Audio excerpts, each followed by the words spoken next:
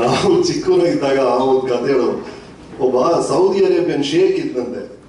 ಅವನಿಗೆ 69 ಜನ ಹೆಂಡ್ತಿರು, 69 ಜನ ಹೆಂಡ್ತಿರು. ಆ 69 ಜನ ಹೆಂಡ್ತಿರು ಒಂದೇ ಅರಮನೆಯಲ್ಲಿ ಇರೋರಂತೆ.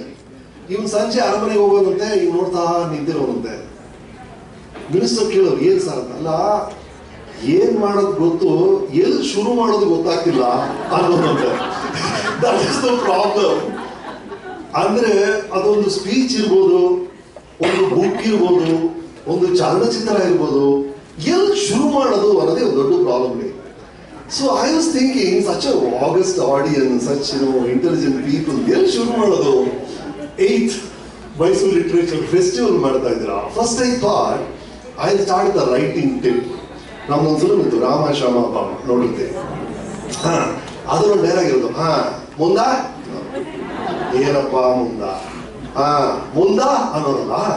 I realise that is the trick for the greatest literature in the world. When you read a page ಮುಗಿತಿದ್ದಂಗೆ ಮುಂದ ಅಂತ ನೆಕ್ಸ್ಟ್ ಪೇಜ್ ಹೋಗ್ಬೇಕು ಅನ್ನಿಸ್ಬೇಕು. ಆ ಪೇಜ್ ಓದ್ತಿದ್ದಂಗೆ ಮುಂದ ಅಂತ ನೆಕ್ಸ್ಟ್ ಪೇಜ್ ಹೋಗ್ಬೇಕು ಅನಿಸ್ಬೇಕು.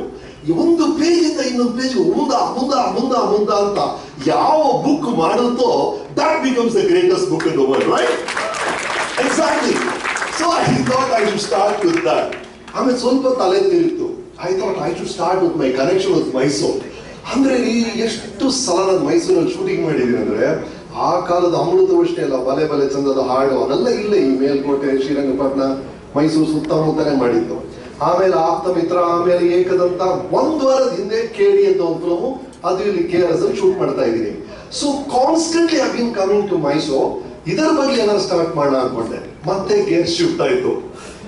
ನಮ್ಮಲ್ಲಿ ಮೈಸೂರು ಅಂದ್ರೆ ನವರಾತ್ರಿ, ದಸರಾ, ಗೊಲ್ಲೂತಿರೋರು ಗೊಂಬೆಗಳು ಸ್ಟೆಪ್ಸ್ ಅಲ್ಲಿ. ನಾವೆಲ್ಲ ಚಿಕ್ಕ ಹುಡುಗರು. ಆವಾಗ ದಸರಾ ಆನೆದು ಒಂದು ಗೊಂಬೆ ಇರ್ತಿತ್ತು, ಅದನ್ನ ಎತ್ತಿ ನಾನು ಮೇಲೆ ಇರ್ತಿದ್ದೆ. ಅಪ್ಪ ಹೇಳ್ತಿದ್ರು, ಅಪ್ಪ ದಸರಾ ಆನೆನೇ ಎತ್ತುತ್ತಾನಪ್ಪ ಈ ಬಲಶಾಲಿ ಅಂತ. ಅದನ್ನ ಶುರು ಮಾಡೋಣ ಅನ್ಕೊಂಡೆ. See what I am trying to get at is, ನೋಡಿ, ಒಂದು ಬಿಗಿನಿಂಗ್ ಆಫ್ ಅ ಸ್ಪೀಚ್ಗೆ ಇಷ್ಟು ಥಾಟ್ಸ್ ಬರುತ್ತೆ. ಇದರಲ್ಲಿ ಯಾವುದು ಅಂತ ತಲೆ ತಿರುಗುತ್ತೆ ಅಂದರೆ, ಇವರೆಲ್ಲ ಬುಕ್ಸ್ ಬರೀತಾರಲ್ಲ sir, 1000 page book, 2000 page book. ಒಂದೊಂದು ಸಾಲಿನ ಹಿಂದೆ ಎಷ್ಟು ಯೋಚನೆಗಳಿರುತ್ತೆ, ಎಷ್ಟು ಐಡಿಯಾಸ್ ಇರುತ್ತೆ, ಎಷ್ಟು ಶ್ರಮ ಪಟ್ಟಿರ್ತಾರೆ ಈ great tribe called writers. I just want to bring you focus on that. ಎಷ್ಟು ಕಷ್ಟವಾದ ವಿಷಯ to be a writer. See, Ernest Hemingway said a beautiful thing. It's very easy to write. All you have to do is to sit in front of a typewriter and bleed ಅಂತ. ಅಷ್ಟೇ ಅದು. ನೀವು writer ಆಗಬೇಕು ಅಂದ್ರೆ ಒಂದು computer ಅಥವಾ ಒಂದು book ಮುಂದೆ ಕೂತ್ಕೊಂಡು ಪ್ರತಿ ವಾಕ್ಯಕ್ಕೂ ಪ್ರಾಣ ಬಿಡಬೇಕಷ್ಟೇ. There is no other way. You just have to give up your life every minute for every sentence and produce something which is so profound that it gets published, it gets edited and comes to the market. This is one part. ಒಂದ್ಸಲ ಬರೆದು ಬಿಡ್ತಾರೆ writers ಎಲ್ಲ, ಅದು print ಆಗುತ್ತೆ, publish ಆಗುತ್ತೆ, ಅದಕ್ಕೊಂದು distributor ಸಿಗ್ತಾರೆ, ಅಂಗಡಿಗೆ ಹೋಗುತ್ತೆ, and then it reaches my hand as a reader. ಆ ಬ್ಯೂಟಿ ಇದೆಯಲ್ಲ ರೀ. This man would have sat somewhere in a computer and return. ನಾನೆಲ್ಲೋ ಟ್ರೈನಲ್ಲಿ ಕೂತ್ಕೊಂಡು ಓದ್ತೀನಿ, ಅಥವಾ ಮರದ ಕೆಳಗೆ ಕೂತ್ಕೊಂಡು ಓದ್ತೀನಿ, ಅಥವಾ ರೂಮಲ್ಲಿ ಬೆಡ್ಶೀಟ್ ಹಾಕೊಂಡು ಒಳಗಡೆ ಓದ್ತಿರ್ತೀನಿ. And then we connect.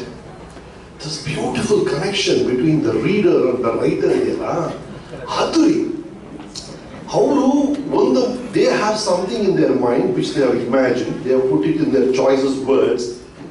I either get it exactly like they have intended, or I get it in my own way, according to the life I have had, according to the experience I have.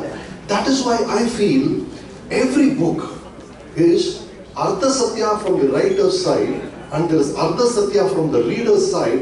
That forms one Paripurna Satya, one full circle which forms there. That is so individual. The same experience I get of one book will be so different from what you get because of the way you imagine reality as.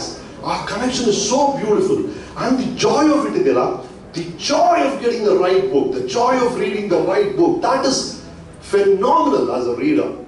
A thing of beauty is a joy forever ಅಂತ ಹೇಳ್ತಾರಲ್ಲ. A thing of beauty ಬಿಡಿ, a book of value is a joy forever. A book of value, ನಿಮ್ಮ ಲೈಫಲ್ಲಿ ಒಂದು book ಇದ್ಬಿಡ್ತು ಅಂದ್ರೆ that is a joy forever. You will read it again and again and again and get new meanings from it. This joy of getting a book of value, I realized long back. Tomorrow is July 7th. ನಾನು ನನ್ನ ಹೆಂಡತಿ ಮದುವೆಯಾಗಿ 33 ವರ್ಷ ಆಯ್ತು ನಾಳೆಗೆ. 33 years. That is I thought, the longest relationship I've had. But no, my longest relationship with books is 10 years even more senior. The longest relationship I've had is with books, is with literature. That's what transformed everything about me. It was a source of knowledge, it was a source of inspiration, it was a source of joy, of humor, of laughter, of inspiration. See, music, the word music comes from the word muse. Many of you know what muse is. I'm writing a screenplay, I get stuck at one point, I don't know how to go ahead. There is a writer's block. At 3 o'clock in the night, one idea will come into my head and the problem is solved. It will happen to all the writers. You don't know where these thoughts come from. It will suddenly come at 4 a.m., it will wake you up and say, this is how you write the sentence, this is how you finish it. That thought, that is supposed to come from something called the muse, not in our culture, in Western culture, Greek culture. Muses.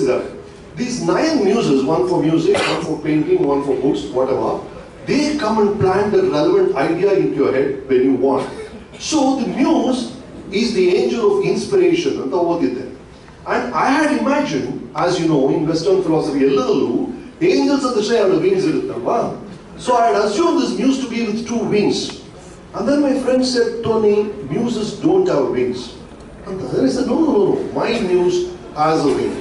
My muse, my individual muse who inspires me has 2 wings. The first wing is called the front cover, the second wing is called back cover, and the muse is the book in between. My muse has always been a book. A book is the muse which has inspired so many things in me.